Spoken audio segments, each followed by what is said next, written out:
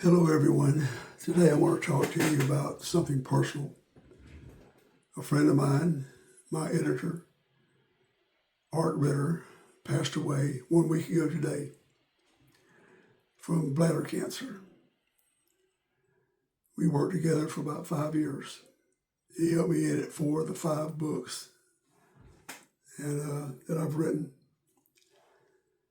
And he also helped me edit he edited my fiction novel that's going to be released by my editor. In fact, they wanted to go ahead and publish it, but I asked them to hold off on it until we got at least 2 of these books, nonfiction books, published.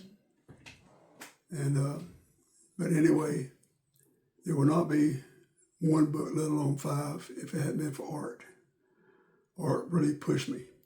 When he received my manuscript from the publisher, he said, Art, a lot of good stuff here, but it's a mess. You got a lot of work to do.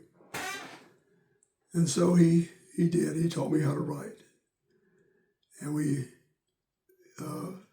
you write nonfiction by the Chicago Manual Style of Writing, or CMOS. You follow rules right down to the last where you put your commas, when to use quotes, when not to use them, how many adjectives to use per page, and what types of adjectives, when to use your nouns and pronouns in a sentence, and how to construct a paragraph, and just a lot of rules, how to write a bibliography. There's a certain way you have to do it, how to do an index, and so forth.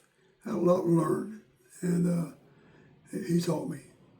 I took a lot of tests. He sent me a lot of homework, and he pushed me, and I'm grateful for that. I'm really going to miss Art. Art was not like a lot of editors. He didn't take the it's my way or the highway attitude. He allowed me to express my opinions. If he agreed with it, then we would go with my suggestion, or maybe change it a little bit. If not, then we went with his suggestion. That's just the way it was. We had a really good, close relationship.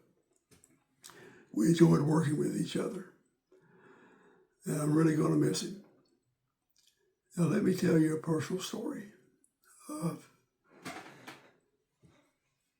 I have a good friend. His name is G.K. Mangleson. He lived just a couple of miles from me here in Yulee. He moved a few years back to St. George, Utah.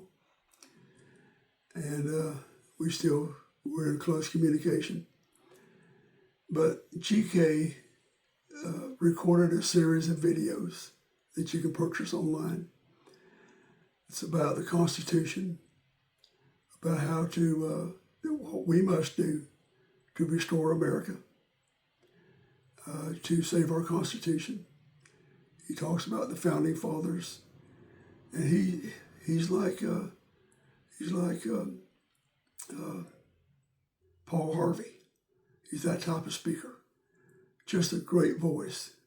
He knows how to tell a story. He can draw you in. You feel every emotion. I tell you, he's just a great speaker and a great person. We became really good friends. Well, when he started the videos let's call it the Glorious Cause of America,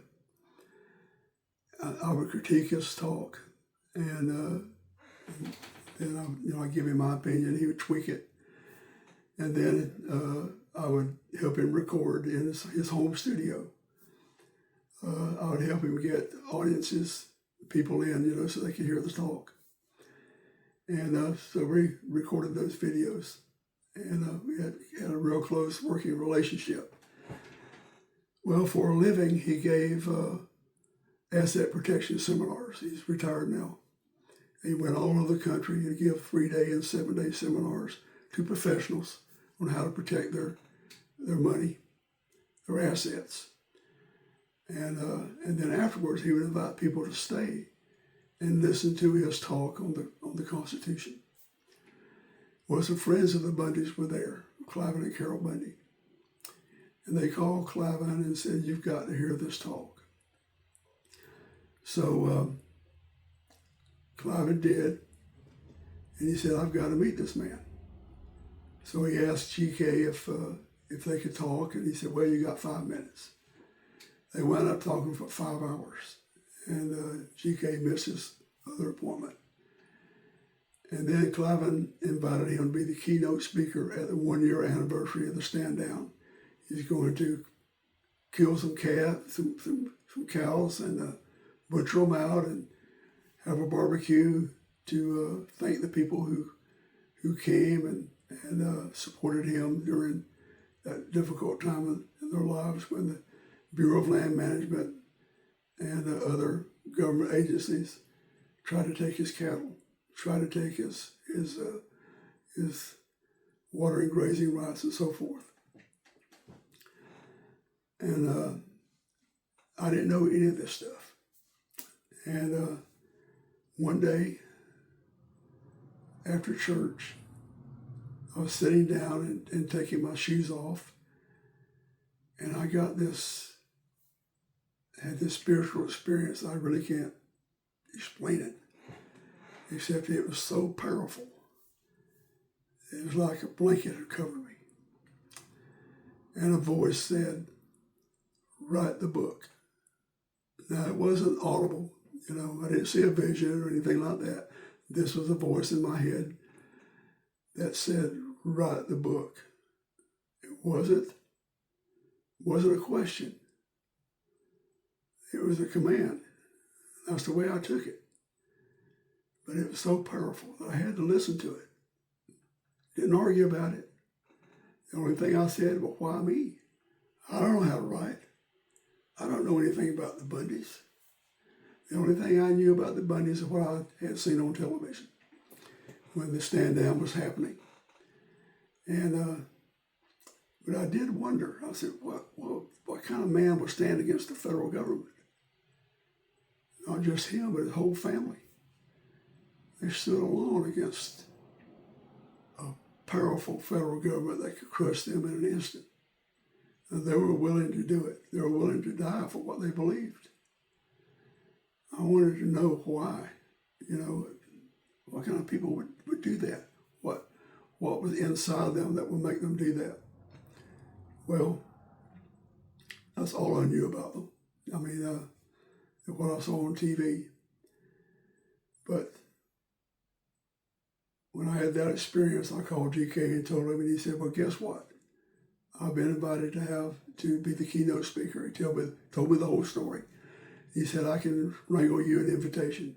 And so he did. And I flew out, and we met Cliven and Carol for the first time, or I did, and met his whole family. I met Ammon. Ammon agreed to a series of interviews every Tuesday. I would talk on the phone, and I was recording on my recorder, and then I would transcribe what we talked about with the program that I had to help me transcribe. And anyway, that's how I got to know them. And Cliven was real skeptical at first. He had so many people trying to get close to him and his family to make money off of him. So, he didn't know who I was. He didn't know if he could trust me. And I guess he prayed about it. And one day he called me. I was still working. I was at work, working as a process engineer at that time. And he said, "I want you to write the book. I want you to tell our story. Not the way the media has told it, not the way a dozen other people have told it. I want you to tell our story." And so I said, "Well, I'll do it." And anyway, I went out west and I interviewed a lot of ranchers, got their side of the story on things that happened to them, dealing with the federal government, the Bureau of Land Management. And I went back home. I tried to write. I had phone interviews with the Bundys and so forth. But anyway, I tried to write and I couldn't do it. Nothing worked. I don't care what it was. I'd write a paragraph and it would not be right. And then another voice, if you will, said, "You're not prepared. You're not prepared to write. And what you think you're supposed to write about, you're not supposed to write about." And so I did more research. In fact, I researched for 8 months. Went out west, did a lot of interviews, did a lot of phone interviews, researched at the library, ordered magazines and newspapers, and did a lot of online research. And I had boxes full. I had a computer full of research. And then all of a sudden I knew what I was supposed to write about. And it wasn't about the stand down. That was just part of it. I was to write about the Bundys and what made them, why they would stand against the federal government, what gave them permission to do it. And I'll tell their story the way it's never been told. It's a story of faith. It's a story of listening to that still small voice. It's a story of miracles. It's a story of tender mercies. And I experienced a lot of those tender mercies. I experienced a lot of those miracles. And I met a lot of great people during this time. Well, anyway, when I finally knew what I was supposed to write about, the words came. And I've been writing ever since. I went out and I've spent a lot of time within the Bundy Ranch. A week at a time. Been out there several times, but I've spent a couple of weeks with them. Tried to be a cowboy. That didn't work out. It's too hard to work. And but anyway, I spent time with Ryan, Ammon Bundy. I interviewed their wives. And the stories that they told me will break your heart. The things they went through. And I tried to write it the way they expressed it to me. So you can feel that same thing that I did. I hope I did that. I tried really hard to do it. But anyway, that's what I've done. And like I say, I've wound up writing five books. And during that time, while I was talking to Ammon, after about 8 or 9 months, he told me about a family out in Burns, Oregon, Dwight and Stephen Hammond, how the Bureau of Land Management and other federal bureaucrats in the courts tried to break them, tried to take their land from them. And it's just broken their spirit. He invited me out to hear their story. I did. I heard their story. They told it to me and it broke my heart. And I tried to tell that in the third book. And while I was out there, I, along with Ammon and several members of patriotic groups, met with the sheriff to try to convince him to protect the Hammonds, to prevent them from going back to prison. They were going to be sent back to prison after they had spent their time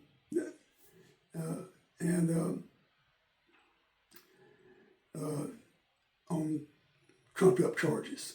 I go through the whole deal, the court, the trial, everything. And but anyway, we talked to the sheriff. Amon was sitting to my left. The sheriff was sitting him to his left. I recorded the whole meeting. And that recording was used at trial to prove that the sheriff had lied on the stand about certain things. I also recorded the secret meeting that was held where it was announced that they were going to take over the Malheur National Wildlife Refuge. And earlier that day, I'd taken part in a protest. And then I was there when they took over the refuge.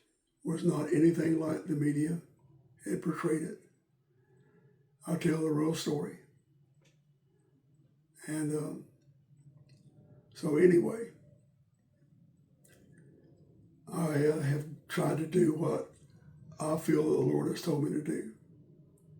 I've worked hard for 11 years, spent 11 years of my life writing these books because I feel like the Lord has told me to do it. I have no idea why. I don't know what's going to result from it. I have no idea why me. I'm nobody special.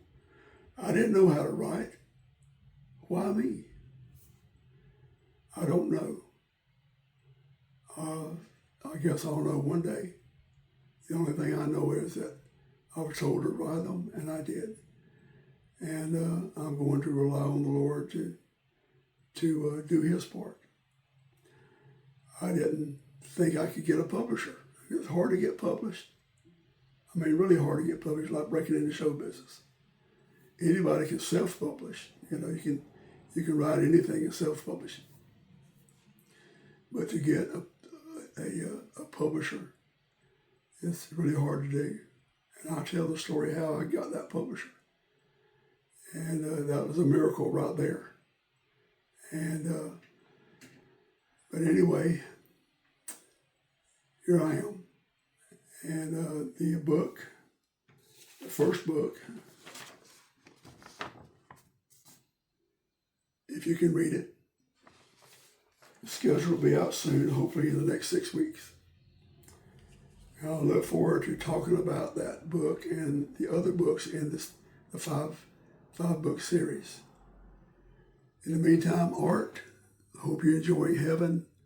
Hope to join you there one day. I hope not too soon, but maybe one day. My prayers go out to your wife and your family. May the Lord bless them in this time of pain and suffering that they're going through. And thank you, and I'll talk to you later.